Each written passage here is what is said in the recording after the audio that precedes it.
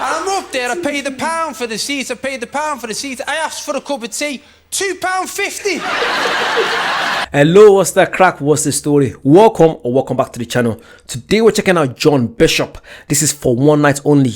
Let's go. Hello, good evening everybody. Hello, that's actually very true. I've only been a full-time comedian for 2 years. Prior to that, I was a sales and marketing director in a pharmaceutical company. Now, I'll allow that to sink in for a minute. I was a sales and marketing director in an international pharmaceutical company, and that's not something that many of the lads who grew up on my estate ended up doing. To be fair, a lot of them were in related industries, but they didn't seem to get a company car, to be honest. So as you know as well, Liverpool this year is the European capital of culture. Thank you. No, it's been brilliant.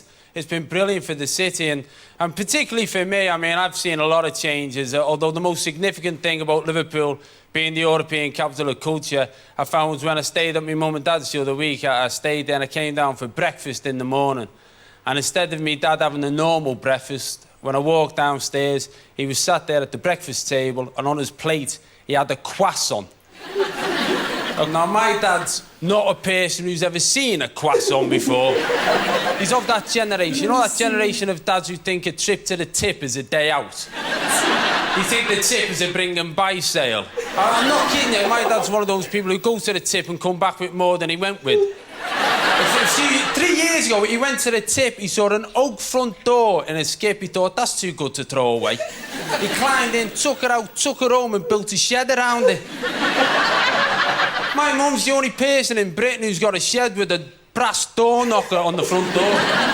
So he sat there, he's eating his croissant, and I looked at him, and I know he's never seen a croissant before. I said, Dad, how's it going? How's your croissant? He said, this. He said, they're rubbish. Croissants are rubbish. He said, they're just empty pasties. But obviously, as I was saying, I'm proud of being from Liverpool, although to be honest... To be fair, I love a good croissant. I love croissant. Pound of chocolat. I love pastries, man. And the thing about dads, oh my, that's so true. I remember during lockdown, my dad was buying loads of stuff off Facebook. You know, like, sometimes he's not even buying them, he's getting them for free. There's some... It could be a table, an old table. My dad's like, that's still good. I think that's more of a dad stuff. That's like an older generation stuff. They don't like saying stuff go to waste, which is good, which is normal. I feel like today, for me now, if I want something, I don't go on Facebook. I just buy brand new. If I want a chair, a table, a lamp, a light, I just, even though I could probably get it at a cheaper price, a used one, that's actually good on Facebook or on Gumtree or Dundale, I'd rather just buy new. I think it's just different mentality, different way of thinking. Let me know if you guys agree with that.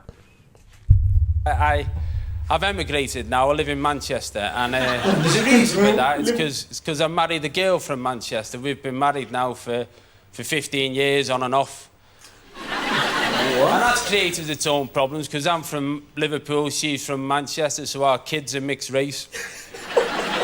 No, and that's a huge problem for them, because they're not Manx, they're not Scousers, they're more Mousers, to be honest with you.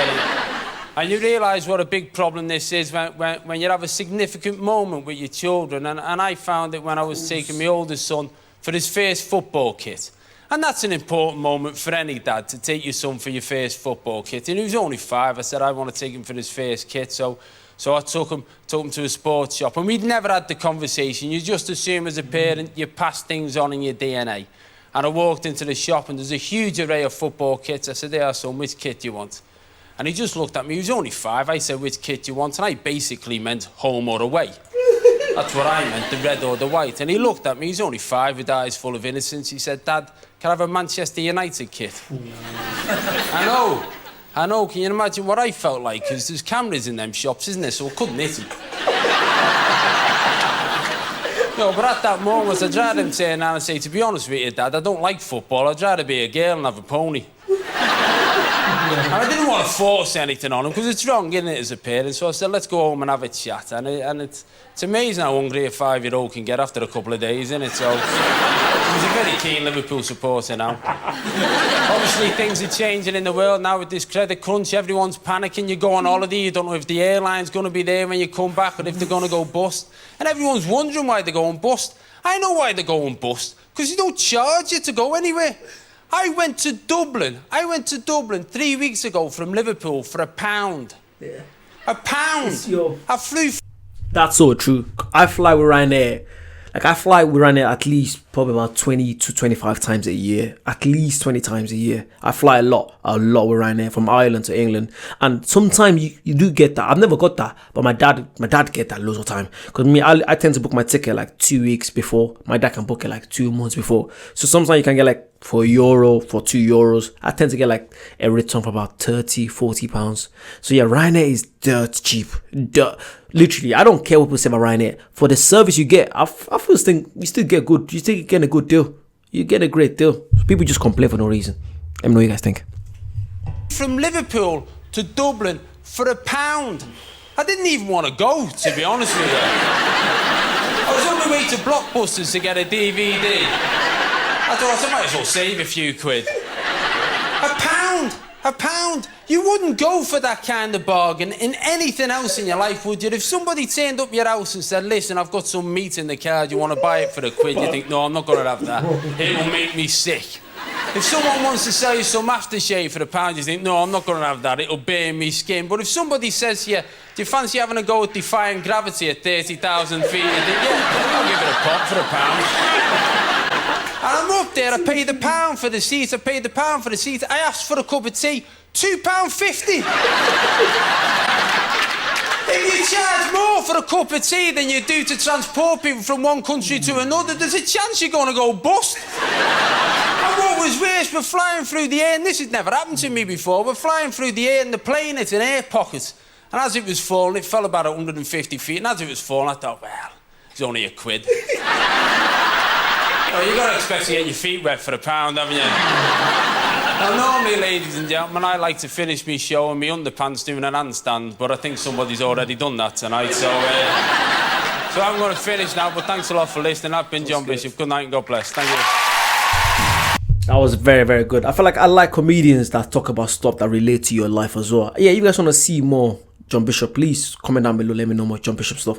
Yeah, the stuff about Ryanair, it's so true. Because like, I might buy a ticket for like £20, but then I have to pay an extra £20 to bring a bigger bag. Do you know what I mean? Because now if I'm going to Ireland, I just carry a backpack. But if I want to bring a hand luggage, extra £20. You get to board earlier, but I don't care about that kind of stuff.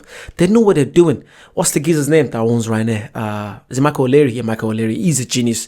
They're making billions, probably billions. Billions, gazillions, not gazillions, millions from doing that. Yeah, let me know what you guys think about that. Like, comment, subscribe, and I'll see you soon. Bye bye.